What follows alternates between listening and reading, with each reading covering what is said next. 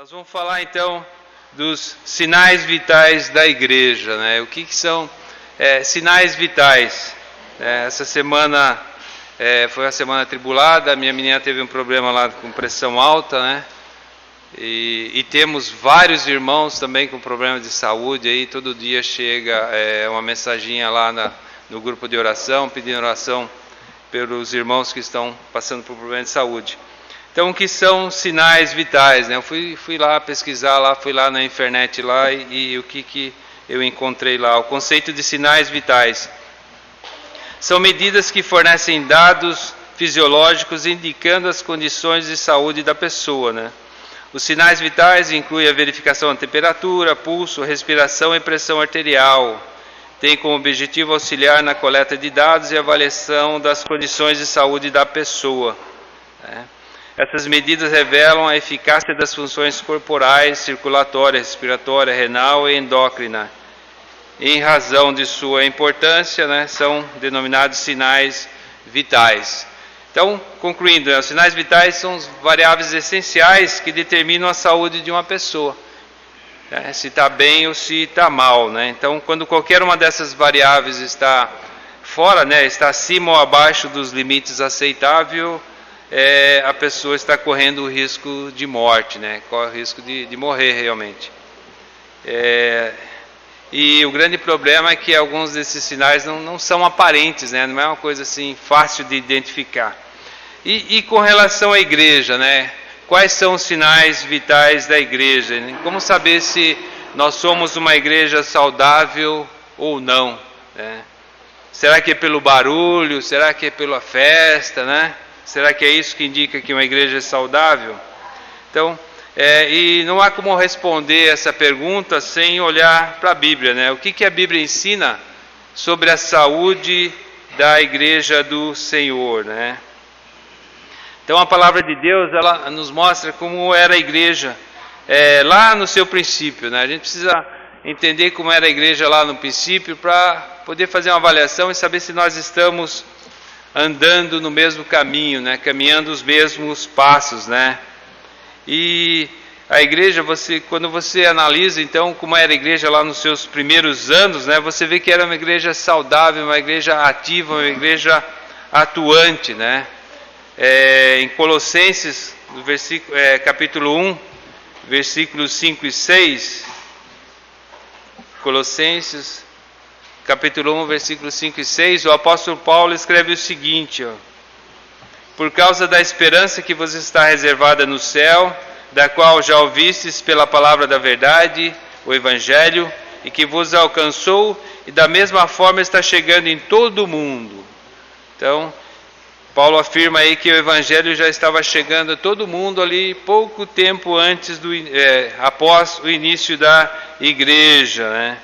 E lá no versículo 23, ainda, Colossenses capítulo 1, no versículo 23, ele repete, né?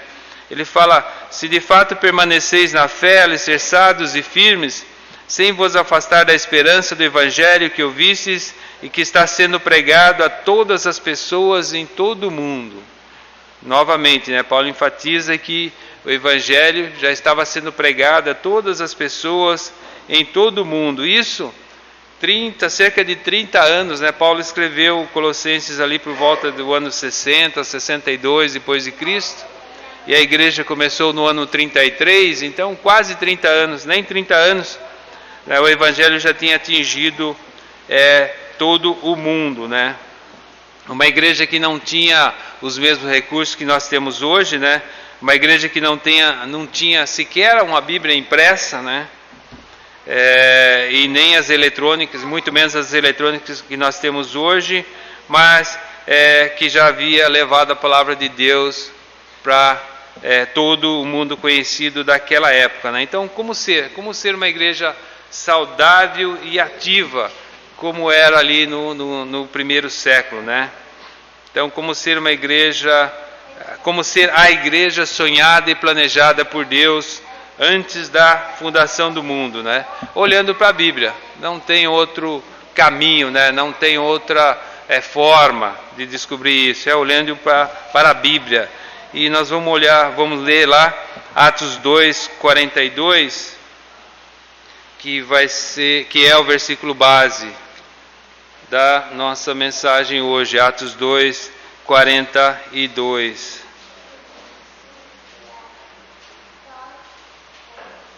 Então, nesse versículo, Lucas, o escritor do livro de Atos, ele descreve como era a igreja ali no seu início, logo após a conversão daquelas 3.000 pessoas, né?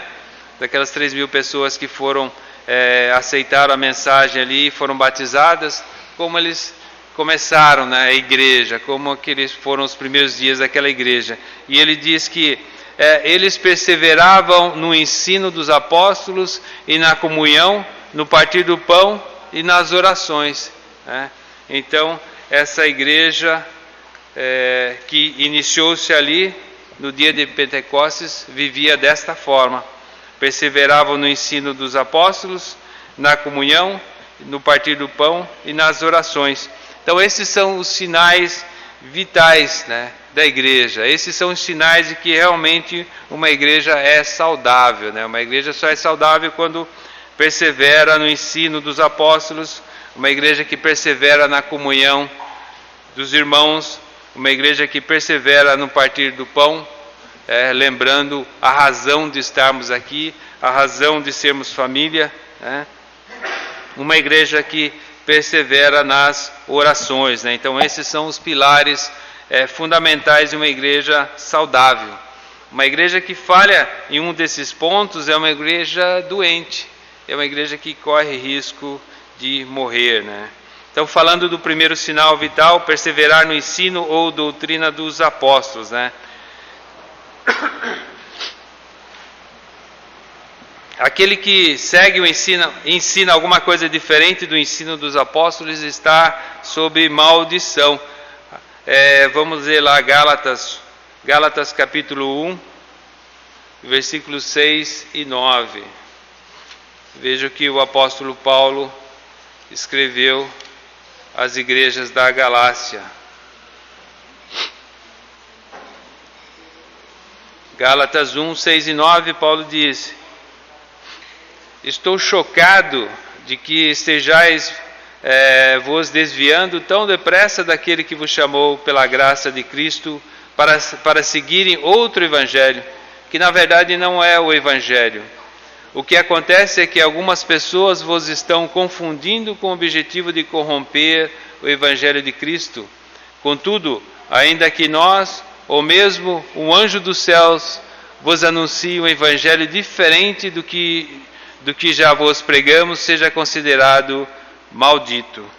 E ele repete no versículo 9: conforme já vos revelei antes, declaro uma vez mais: qualquer pessoa que vos pregar um evangelho diferente daquele que já recebeste, seja amaldiçoado, né? Então, aquele que ensina alguma coisa diferente daquilo que está na palavra de Deus, está sob maldição. Está amaldiçoando as outras pessoas também, né? E o ensino dos apóstolos é o fundamento da igreja. Apocalipse 21, 10 e 11. Só lembrando, né, a partir de agosto, nós vamos ter na Escola da Bíblia um curso sobre Apocalipse. Então, se você tem alguma dúvida, tem interesse em conhecer esse livro, venha, né? A partir de agosto, todas as segundas-feiras, nós vamos estudar aqui o livro de Apocalipse. Apocalipse 21, 10, 14 diz o seguinte: e ele me conduziu no Espírito à parte alta de uma montanha e revelou-me a cidade santa, Jerusalém, que descia do céu da parte de Deus. Cidade santa, Jerusalém, representando a igreja. Ela resplandecia com a glória de Deus, e o seu resplendor era como o brilho de uma joia lapidada e muito preciosa, assim como um grande diamante translúcido feito cristal puro. Tinha um sólido e altaneiro muro com 12 portais e 12 anjos junto aos portais. Nessas portas adornadas estavam escritos os nomes das 12 tribos de Israel. Assim o 13. Assim havia 3 portas ao oriente, 3 ao norte, 3 ao sul, 3 ao ocidente. Agora o 14 ele diz: o muro da cidade tinha 12 fundamentos, e nele estavam gravados os nomes dos 12 apóstolos do Cordeiro. o muro da cidade tinha 12 fundamentos, 12 bases fortes, e neles estavam gravados o nome dos 12 apóstolos do Cordeiro. Muro significa proteção. As cidades antigas, naquela época, todas tinham muros fortes, muros largos, porque significa proteção. Então, e a base desses muros é o fundamento dos apóstolos. A base desse muro que sustenta a igreja, que protege a igreja, é o ensino dos apóstolos, que estão aqui nesse livro. Efésios 2:19. Efésios 2:19 traz a mesma ideia.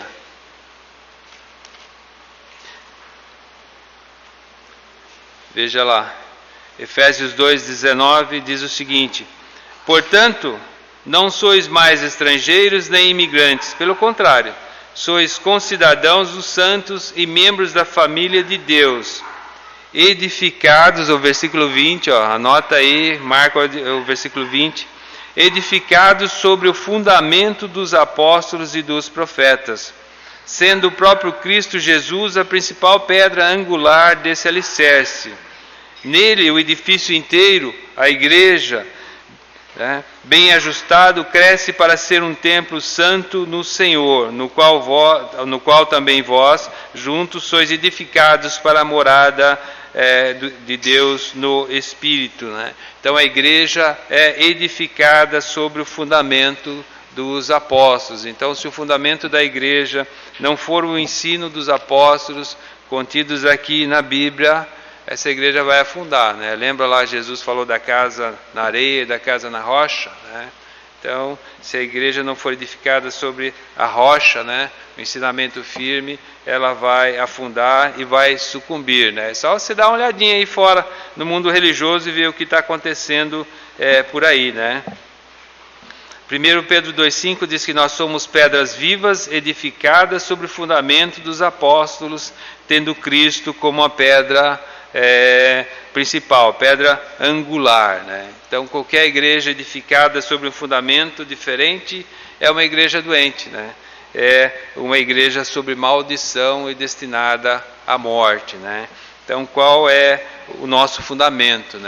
O que está sustentando essa família? O que sustenta a doutrina desta igreja?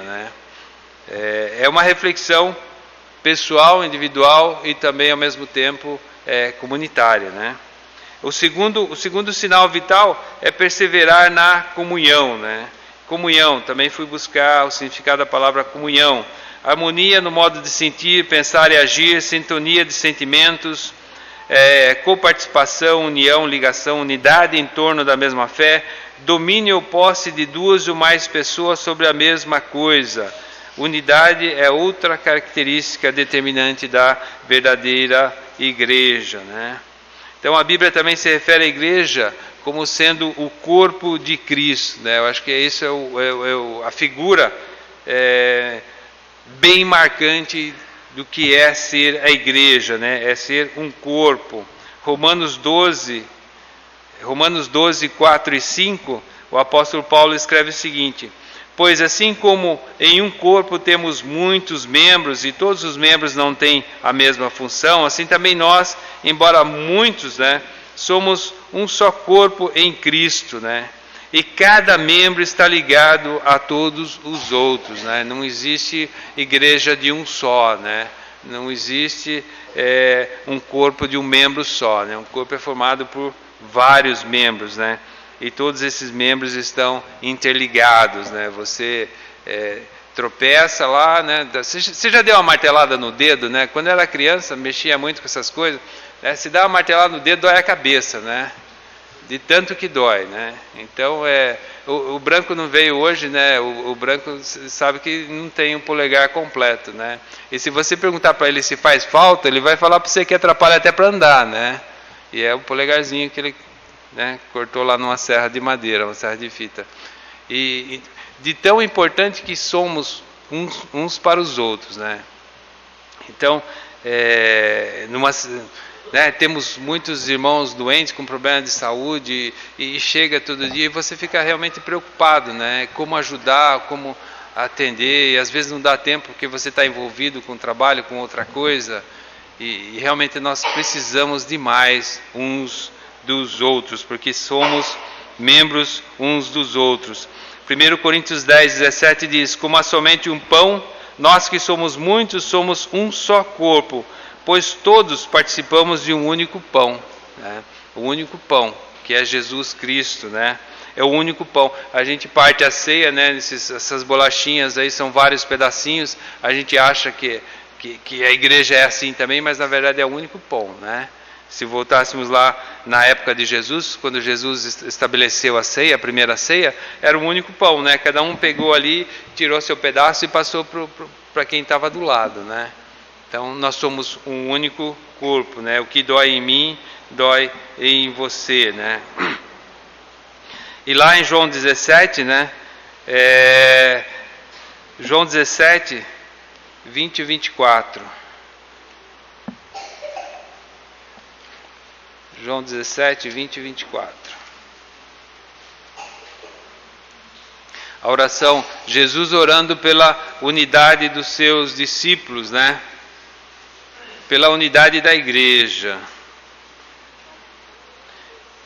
Ele diz o seguinte, João 17, a partir do versículo 20. Não oro somente por esses discípulos, mas igualmente por aqueles que vierem a crer em mim, por intermédio da mensagem deles, para que todos sejam um. Pai, como tu estás em mim e eu em ti, que eles também estejam em nós. Olha que legal, ó. Para que o mundo creia que tu me enviaste. Né? Essa é a importância da unidade da igreja. Como é que o mundo vai crer em Jesus se a igreja está dividida? Né? No 22, eu lhes tenho transferido a glória que me tens dado, para que sejam um como nós o somos. Eu neles e tu em mim, a fim de que sejam aperfeiçoados. Olha, a unidade da igreja traz a perfeição do corpo, né? O corpo só pode ser aperfeiçoado se existir unidade, se existir comunhão na igreja, né? Porque o que habita em mim é o mesmo Espírito que habita em você, né? 23, vou ler novamente. Eu neles e tu em mim, a fim de que sejam aperfeiçoados na unidade, para que o mundo, novamente, para que o mundo conheça que tu me enviaste e os amastes como também amaste a mim. Essa é a importância da comunhão, né? Então, 2 pontos importantes aí. O primeiro, para que o mundo creia que Deus enviou a Jesus, por isso é importante a comunhão da igreja. Segundo ponto, para que nós sejamos aperfeiçoados na unidade, precisa existir união do corpo, né? E essa igreja, então, lá no princípio era uma igreja única, uma igreja que perseverava no ensino dos apóstolos, na comunhão, no partir do pão, nas orações, e que por causa dessas características ali, em quase 30 anos, levou o evangelho para todo mundo, né? Para todo mundo conhecido daquela época. E o terceiro sinal vital, então, é perseverar no partir do pão, né? O próximo ato do culto vai ser a celebração da ceia. Então, perseverar no partir do pão, o que significa isso? Vamos ler lá Atos 2, 46.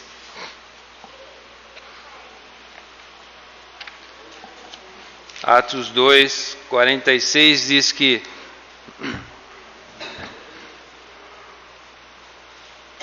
diariamente continuavam a reunir-se no pátio do templo, partiam pão em suas casas e juntos participavam das refeições com alegria e sinceridade de coração, né?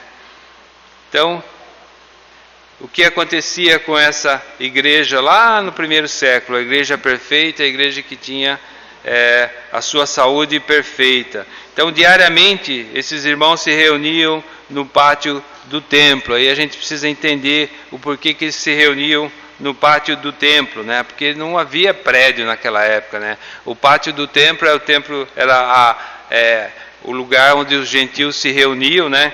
Então eles se reuniam lá porque tinha mais espaço, era um lugar onde todas as pessoas se juntavam ali. E por que eles se reuniam ali? Para aprender. Eles não tinham Bíblia, a igreja estava começando, era uma coisa nova, era novidade para todo mundo. Então eles se reuniam ali, né? era um lugar espaçoso, amplo, e os apóstolos ensinavam, né?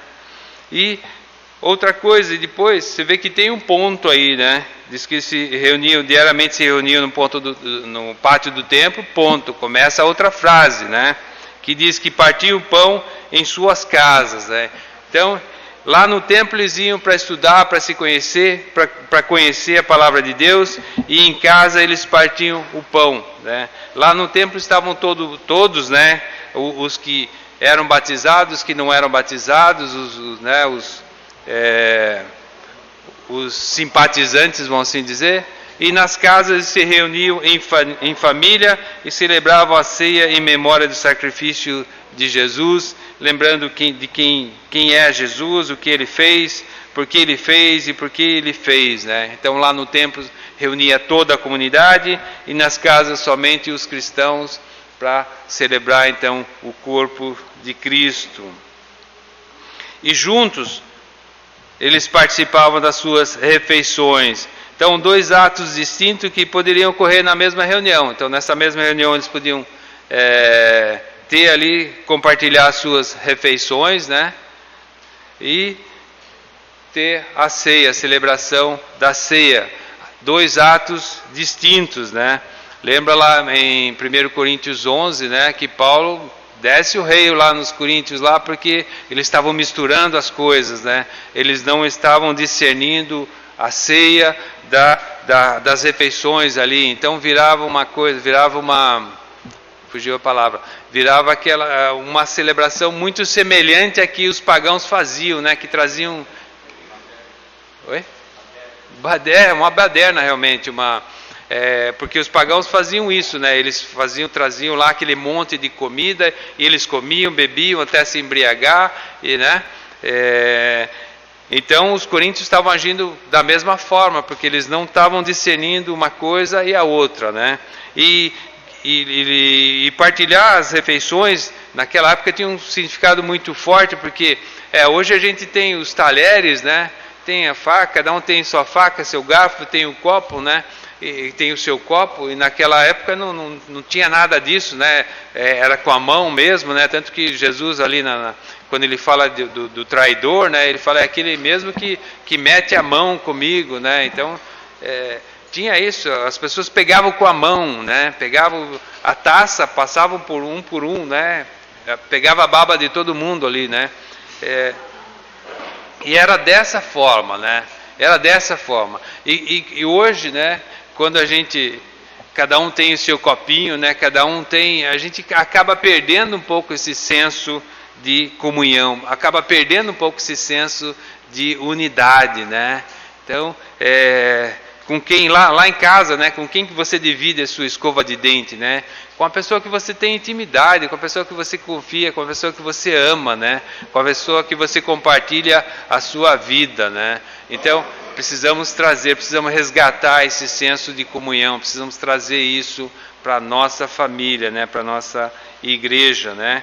Então, o partir do pão, assim como o batismo, era um gesto simples, mas com profundo significado espiritual, né? Significado de comunhão, de união com Cristo, né?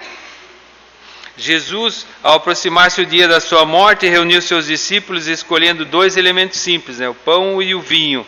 Estabeleceu uma nova Páscoa, uma nova celebração, com a seguinte recomendação: fazei isto em memória de mim, né? Então você pode comer o pão e o vinho em qualquer lugar, mas se não for em memória de Cristo, né? Se não for pela comunhão, celebrando a comunhão do corpo, né? Celebrando a salvação, essa nova vida que nós temos em Cristo, vai ser, né? Mesma coisa se estivesse ali no boteco tomando uma cerveja com salgadinho, né? Não vai ter nenhum significado, não vai ter nenhum sentido, né? O que representa o pão? Obrigado, senhor. O que representa o pão e o que representa o vinho, né? O pão representa o corpo de Cristo e também representa a unidade, né? 1 Coríntios 10, 17 diz: como há somente um pão, nós que somos muitos, somos um só corpo, né? Por isso participamos de um único pão, unidade, um único corpo. O pão é alimento, né? Jesus Cristo é o nosso alimento espiritual. Por isso nós precisamos nos alimentar de Jesus diariamente. O alimento simples, mas essencial, né? O pão que caiu do céu, lembra lá no Antigo Testamento, lá no Êxodo, né? O pão que caiu do céu alimentou o povo de Deus durante 40 anos no deserto, né? E é Jesus, através da sua palavra, é que nos alimenta cada um de nós na nossa caminhada rumo ao seu encontro, rumo à eternidade, né? O vinho é legal. O vinho que representa o sangue de Cristo é o sangue que dá vida ao corpo, né? Antigamente, né, os tratados de medicina para algum tipo de doença previa sangria, né? Daí a pessoa sangrava até morrer. Curava, né? Morria, né? É só ver, os livros de medicina indicam isso, né? Então, um corpo sem sangue é um corpo morto, né? E Efésios 2:1, ele diz que o seguinte, Efésios 2, versículo 1 diz: Ele, Jesus, vos concedeu a vida, estando vós mortos nas vossas transgressões e pecados, né? Então nós somos vivos, nós temos vida por causa de Cristo, por causa do sacrifício de Jesus, né? E como, né? Como Jesus nos deu a vida, ou quando Jesus nos deu a vida?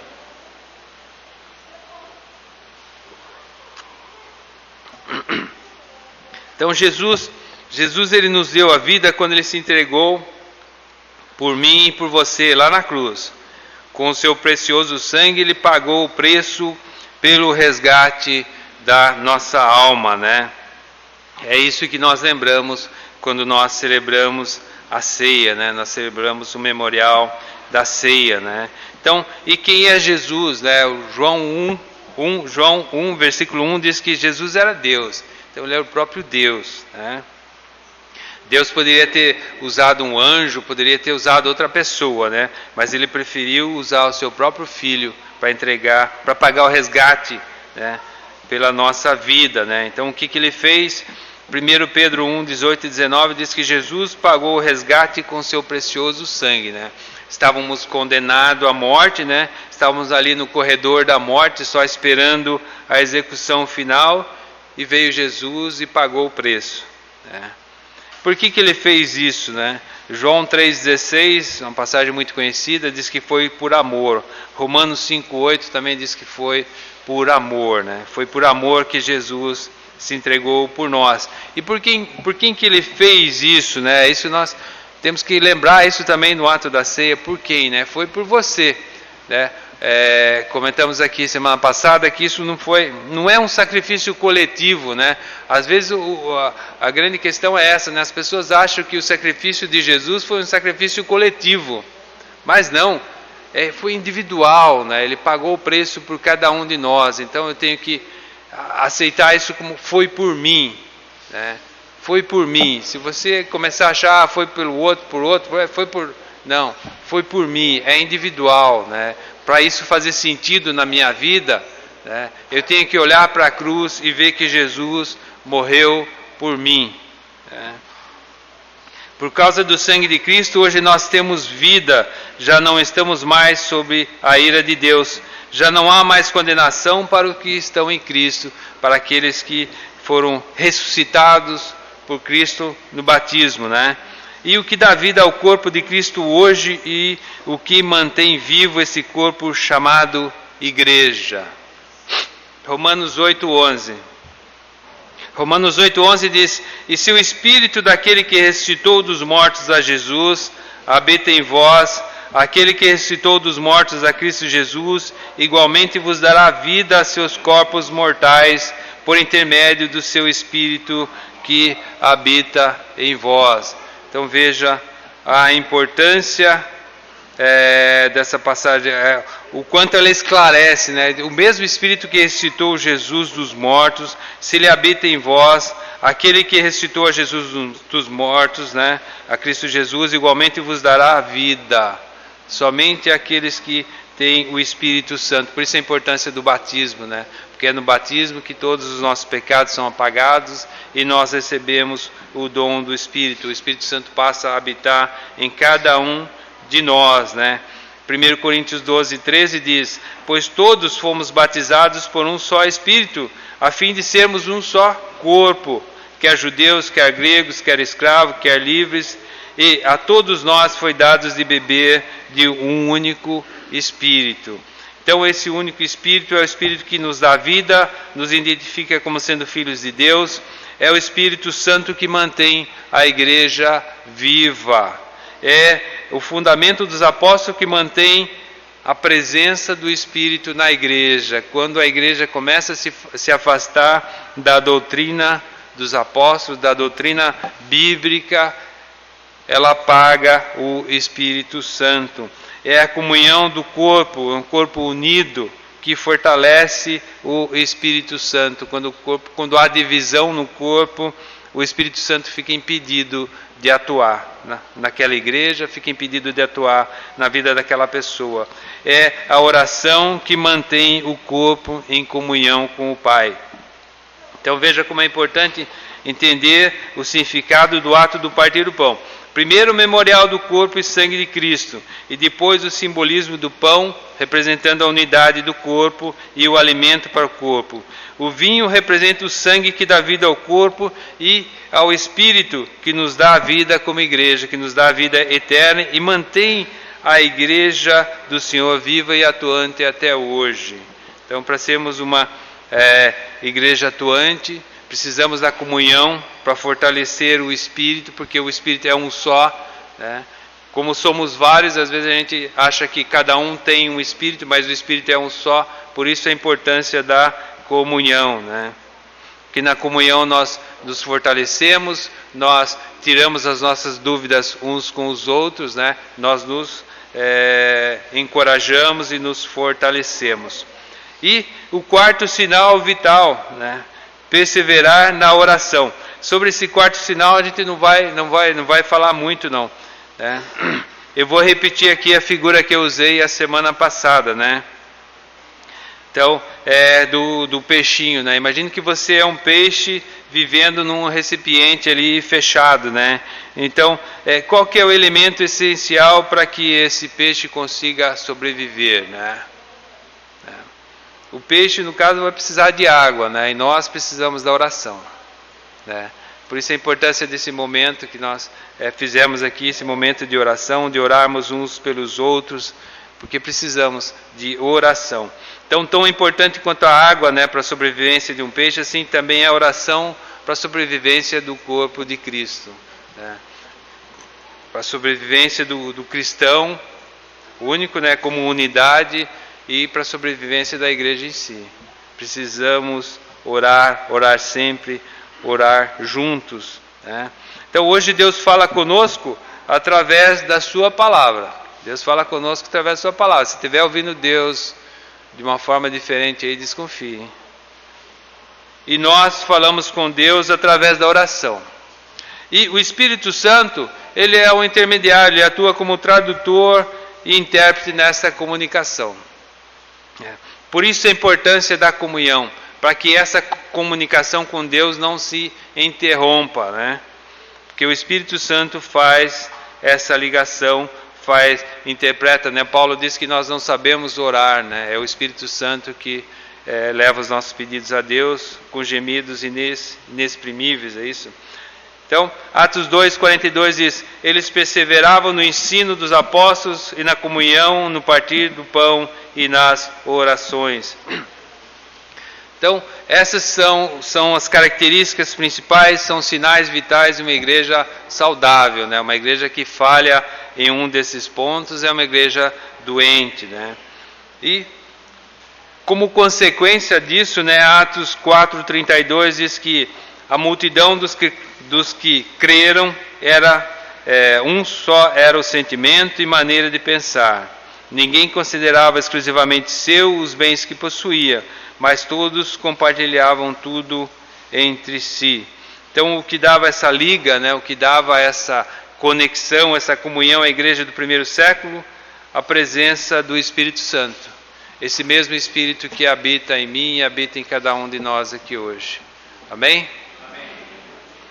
Pai Santo, Deus eterno e todo-poderoso, Pai, nós te agradecemos, ó Senhor, por tudo aquilo que o Senhor tem nos dado. Nós te agradecemos, ó Pai, por esse grande privilégio, Pai, de estarmos aqui em família, Pai, adorando o teu santo nome, Pai, adorando e louvando ao Senhor, a tudo que o Senhor tem feito, a sua criação, Pai, que foi perfeita no início, Pai. E nós sabemos, Pai, que o Senhor quer trazer ou nos levar a cada um de nós a esse universo perfeito que o Senhor preparou, Pai. A eternidade ao seu lado, Pai. Obrigado, Pai, pelo sacrifício de Jesus Cristo, Senhor, que realmente possamos ser aquela igreja que o Senhor sonhou lá no princípio, Pai. Que sejamos uma única família, unidos e perseverando, Pai, na Tua palavra, levando sempre, Pai, o Seu amor e a Sua luz a esse mundo tenebroso, Senhor. Muito obrigado, Pai, mais uma vez, em nome de Jesus. Amém.